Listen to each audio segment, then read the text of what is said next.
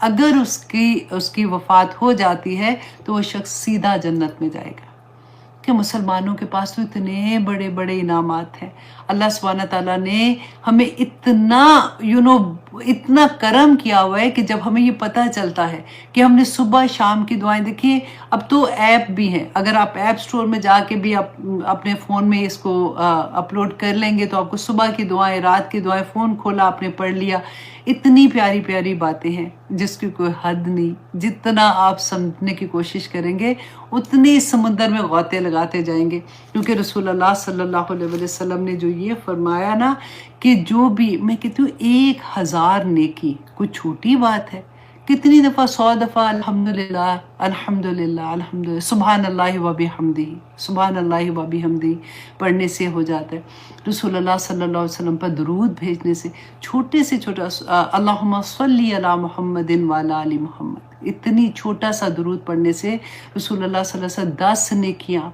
10 رحمتیں، 10 گناہ معاف، 10 درجے مل جائیں گے۔ تو اور ہمیں پھر کیا چاہیے؟ اللہ سبحانہ تعالیٰ ہمیں توفیق عطا کرے۔ دیکھیے رسول اللہ صلی اللہ علیہ وسلم پر جب وحی نازل ہوتی تھی، وحی قرآن ہی ہے نا جو اس وقت ہمارے ہاتھ میں ہے، رسول اللہ صلی اللہ علیہ وسلم کو اتنا فکر کہ اس کو ایز اٹ از، جیسے جبرائیل علیہ السلام نے جس طرح سے جس تلفظ سے پڑھا اس طرح سے صحابہ کو سکھایا، اور اسی طرح سے صحابہ نے تابعین کو، تابعین نے تبع تابعین کو سکھایا تھا۔ تو آج آپ دیکھیے ہمیں اگر تجوید سے نہیں پڑھنا آتا تو ہم بہت آرام سے ہو جاتے، کوئی بات نہیں، اب اللہ سبحانہ تعالیٰ تو سمجھتے ہیں کہ ہمیں کیسے آتا ہے پڑھنا۔ ہم دنیا کے کام میں تو اتنے کیئرفل، اور قرآن کی جب بات آئے تو ہم اتنی آرام سے یہ بات کہہ دیں کہ اللہ سبحانہ تعالیٰ تو سمجھتے ہیں کہ میں کیسے پڑھ رہی ہوں۔ میں قرآن پڑھتے ہوئے، اب دیکھیے میں آپ لوگوں کو موٹیویٹ کرنے کے لیے بتانا چاہتی ہوں کہ جس زمانے میں ہم نے قرآن پڑھا تھا نا، ہمیں تجوید کا کوئی پتہ کوئی نہیں تھا، ہم نے تو محلے میں جو آنٹی ہوتی تھی انہوں نے ہمیں پڑھا دیا تھا، اور اسی طرح سے کیونکہ ہم اردو بولتے تھے، اردو بولنے والے جو ہوتے ہیں وہ قرآن کے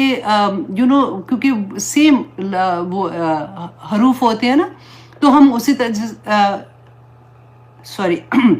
ہم اسی طرح سے پڑھنا شروع کر دیتے۔ وہ تو بعد میں جب بچوں نے قرآن پڑھنا شروع کیا یہاں پہ، اور جو ان کو پڑھانے آتے تھے مولوی صاحب، تب احساس ہوا کہ یہ تو ہم تو قرآن ٹھیک ہی نہیں پڑھ رہے، ہم تو صرف دیکھیں اب الحمد پڑھتے ہیں، الحمدللہ، تو ہا کو ہم 2 آنکھوں والی ہا سے بدل دیتے ہیں اور ہم معنی ہی بدل دیتے ہیں،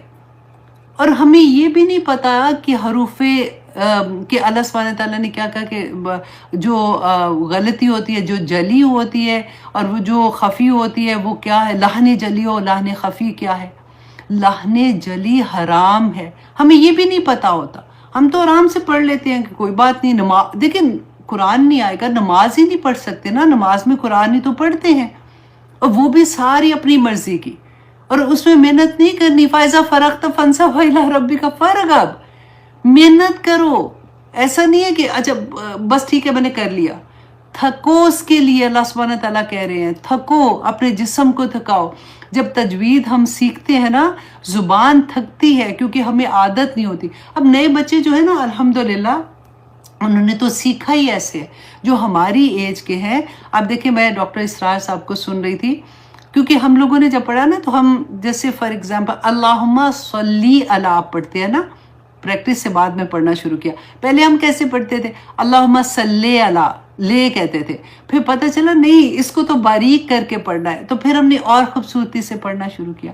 ہمیں یہ بھی نہیں پتا تھا حروف مستعلیہ کیا ہے، ہمیں یہ بھی نہیں پتا تھا کہ ادغام کیا ہے، اخفاء کیا ہے، ہم نے اس کو کیسے کرنا، ہمیں مد کا بھی نہیں پتا تھا کہ 1 حرکت کیا ہے، 3 حرکت کیا ہے، 6 حرکت کیا کرنی ہے۔ ہم نے تو قرآن کو جیسے بھی دل چاہا، جیسے ہم ناول پڑھتے ہیں اٹھا کے، اسی طرح سے ہم نے قرآن پڑھ لیا۔ جیسے آئے گا بھی رمضان پھر وہی حال ہوگا، 3 4 دفعہ پڑھ لیں گے، اور ہمیں پتہ ہی نہیں ہوتا کہ ہم اتنی لحن جلی کر کے، لحن خفی بھی غلط ہے کرنا، لیکن پورے معنی ہی بدل دیتے ہیں۔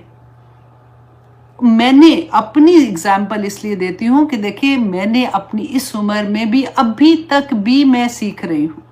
ابھی تک کوشش کر رہی ہوں۔ ہم لوگوں نے ویسے نہیں پڑھا تھا نا، لیکن اللہ سبحانہ تعالیٰ کا احسان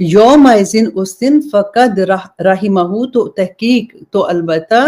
وہ اللہ کی رحمت ہوگی، وہ ذالکہ اور یہ فوز العظیم، یہ بڑی کامیابی ہوگی۔ اب دیکھیے یہاں پہ بتایا کیا جا رہا ہے کہ قیامت کے دن نبی صلی اللہ علیہ وسلم نے کہا کہ جو انسان اللہ سبحانہ تعالیٰ اس کو بغیر آگ میں ڈالے، کیونکہ یوزلی یہ ہوتا ہے نا کہ اگر تھوڑے سے گناہ ہے، گناہ کی سزا ملے گی، اس کے بعد جناب جنت میں چلے جائیں گے، تو آپ ذرا یہ دیکھیے ہم کیا اتنی سی بھی آگ، آپ دوزخ کی آگ کا اندازہ لگائیے، کیا ہم اتنا ہم چولہے پہ ہاتھ بھی لگ جاتا ہے تو چیخ نکل جاتی ہے، ہم کیا اس قابل ہیں کہ ہم اللہ نہ کرے کہ ہم تھوڑے سے گناہوں کی سزا بھگت کے آخر میں جنت میں چلے جائیں گے۔ تو یہاں پہ نبی صلی اللہ علیہ وسلم نے جو بتایا کہ حضرت عبداللہ بن مسعود بیان کرتے ہیں کہ رسول اللہ صلی اللہ علیہ وسلم نے کہا کہ اللہ سبحانہ تعالیٰ کے فضل سے سوال کیا کرو، اللہ سبحانہ تعالیٰ کے فضل سے سوال کیا کرو، کیونکہ اللہ اسے پسند کرتا ہے کہ اس سے سوال کیا جائے، اور کشادگی کا انتظار کرنا افضل ترین عبادت ہے۔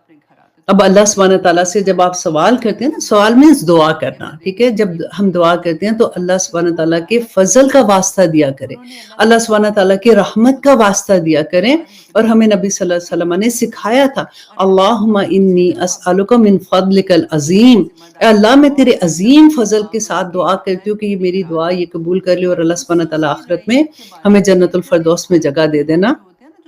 اور اب دیکھیے کہ یہاں پہ جو یہ بات کہی جا رہی ہے نا کہ اللہ سبحانہ تعالیٰ کہتے ہیں کہ وہ کشادگی کا انتظار کرنا افضل عبادت ہے۔ تو یہ عبادت کیسے، ہمیں تو لگتا ہے نا کہ نماز روزہ حج زکوٰۃ جو ہے وہ عبادت ہے، اور اس کے بعد اگر باقی تسبیحات ہم کریں وہ عبادت ہے، تو باقی عبادت نہیں ہے۔ لیکن آپ دیکھیے کتنی بڑی خوشخبری ہے کہ جب ہم دعا مانگیں، ہم دعا مانگتے ہیں یا رب العالمین یہ حالات کچھ ایسے ہیں، یا اللہ ہمیں کشادگی عطا کر، یا ہمارا یہ کام آسانی کے ساتھ ہو جائے، جب تک وہ کام نہیں ہوتا اگر آپ صبر کے ساتھ دعائیں کرتے رہتے ہیں، آپ دعا نہیں چھوڑتے، وہ سارا وقت آپ کی عبادت کا وقت ہوگا۔ سبحان اللہ،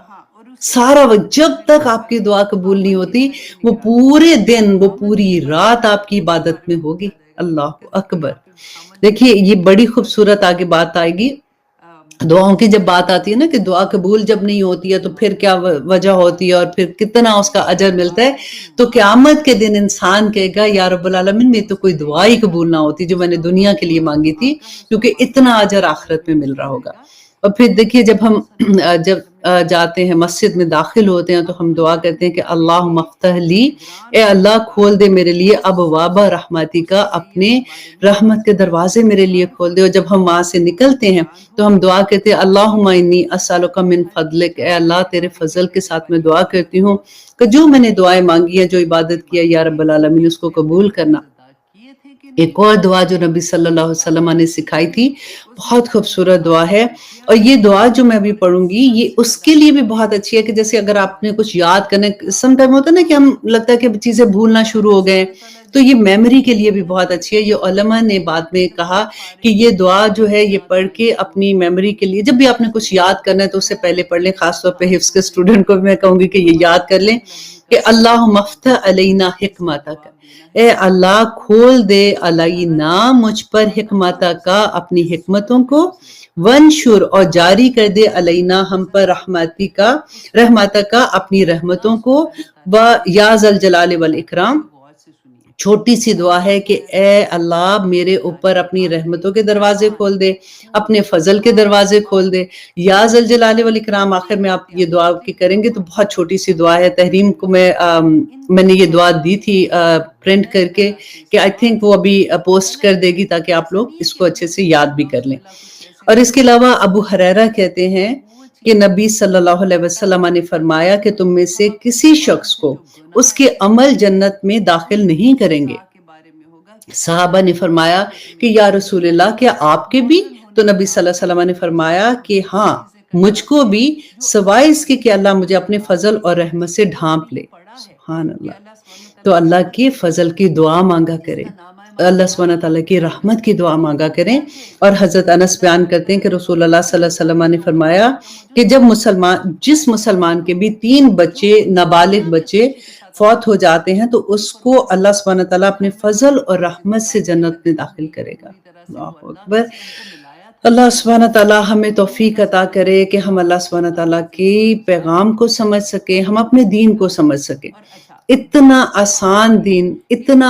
دیکھیں، نبی صلی اللہ علیہ وسلم نے کہا تھا کہ برباد ہو گیا وہ شخص جس کی اکائیاں دہائیوں سے بڑھ گئیں۔ اکائیاں کیا تھی کہ جب ہم اللہ نہ کرے جب ہم کوئی گناہ کرتے ہیں تو ایک گناہ لکھا جاتا ہے، اور یہ اللہ کی رحمت ہی ہے نا کہ جب ہم کوئی نیک کام کرے تو 10 گنا ثواب ملتا ہے، اور اللہ چاہے تو اس کو کتنا زیادہ کر دے۔ تو یہ اللہ کی رحمت ہوتی ہے۔ اور اس کے علاوہ دیکھیے کہ اللہ سبحانہ تعالیٰ اس میں کہا کہ جو مومن ہے، اللہ سبحانہ تعالیٰ نے قرآن میں اتنی دفعہ بشارت دی کہ مومنوں کو جنت میں جگہ ملے گی۔ یہ کہنا اللہ سبحانہ تعالیٰ نے جہاں جہاں بھی یہ آیات ہم پڑھتے ہیں، یہ اللہ سبحانہ تعالیٰ کا کرم ہے، فضل ہے مومنوں پہ۔ اور جہاں بھی اللہ سبحانہ تعالیٰ منافقین کی بات کرتے ہیں، کافر کی بات کرتے ہیں کہ ان کو اللہ سبحانہ تعالیٰ سزا دیں گے، یہ اللہ سبحانہ تعالیٰ کا عدل ہے،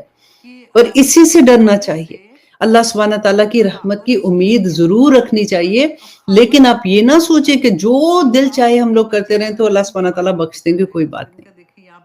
اللہ سبحانہ تعالیٰ انشاءاللہ ہمارے پہ اپنی رحمت ضرور کریں گے۔ اور دیکھیے پھر آگے ایک بڑی خوبصورت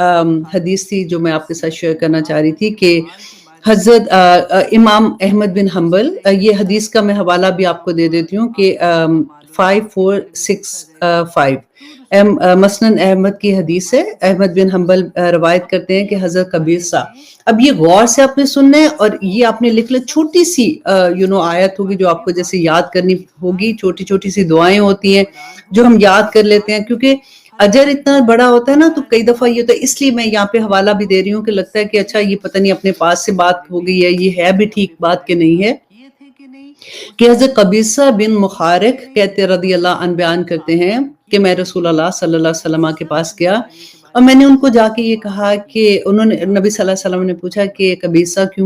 کیا وجہ، کیوں آئے ہو؟ تو کہتے ہیں میں نے کہا کہ میں بوڑھا ہو گیا ہوں، ہڈیاں بھی اب جواب دے گئی ہیں، تو مجھے آپ کوئی ایسا عمل بتائیں، کچھ ایسی بات بتائیں کہ جس کو میں پڑھوں اور اللہ سبحانہ تعالیٰ میرے لیے جنت کا راستہ آسان کر دیں۔ تو نبی صلی اللہ علیہ وسلم نے کیا بتایا تھا، دیکھیے غور کیجئے گا